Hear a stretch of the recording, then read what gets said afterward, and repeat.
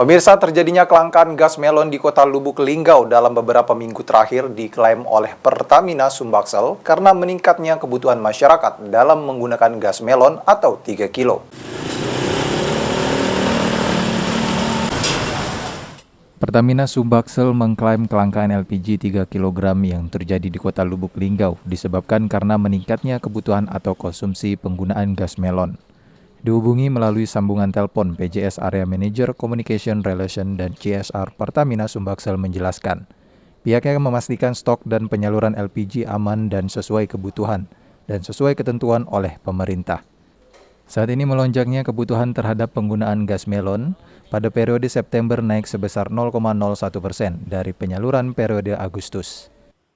Rata penyaluran harian dan bulanan LPG 3 kg bersubsidi di Kota Lubuk Linggau bulan September tahun 2021 naik sebesar 0,1% dari penyaluran Agustus 2021. Tidak hanya LPG 3 kg, konsumsi terhadap BBM jenis premium, Pertalite juga mengalami kenaikan sebesar 17% dan solar naik menjadi 9%. Terkait dengan jumlah penyaluran baik gas melon dan BBM, pihak Pertamina tidak menjelaskan secara detail. Trihajaria, PAL TV.